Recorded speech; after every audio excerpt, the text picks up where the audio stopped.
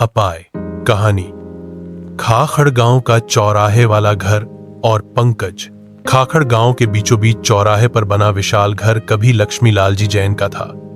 लक्ष्मी लाल जी की मौत रहस्यमयी तरीके से छत से गिरकर हुई थी। उस रात उन्होंने आखिरी बार यही कहा था, ये घर मेरा नहीं रहा। पंकज की जिद। लक्ष्मी लाल जी का बेटा पंकज बचपन से सुनता आया था कि उसके पिता की आत्मा उसी घर में भटकती है। गांव वाले उसे बार बार कहते, उस घर में मत जाना, वहां तेरे पिता की आत्मा चैन से नहीं है। लेकिन पंकज को यकीन नहीं था। उसने सोचा, अगर सचमुच पिताजी की आत्मा है तो मुझे ही नजर आएगी। आधी रात की घटना।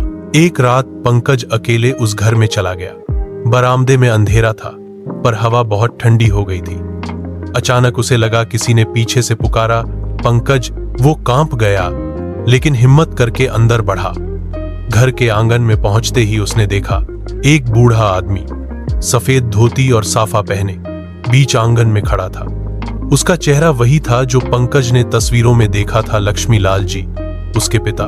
पंकज रो पड़ा और बोला, बाबा आप यहां क्यों? लेकिन अगले ही पल उसने देखा कि उनके चेहरे पर आंखें नहीं थीं, बस काले गड्ढे।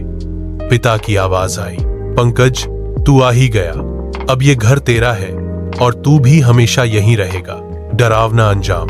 गांव वाले कहते हैं कि उसी रात पंकज की चीखें पूरे चौराहे में गूंजी। सुबह जब लोग घर के अंदर गए तो वहां सिर्फ पंकज की जली हुई चप्पलें मिली। उसका शरीर कभी नहीं मिला।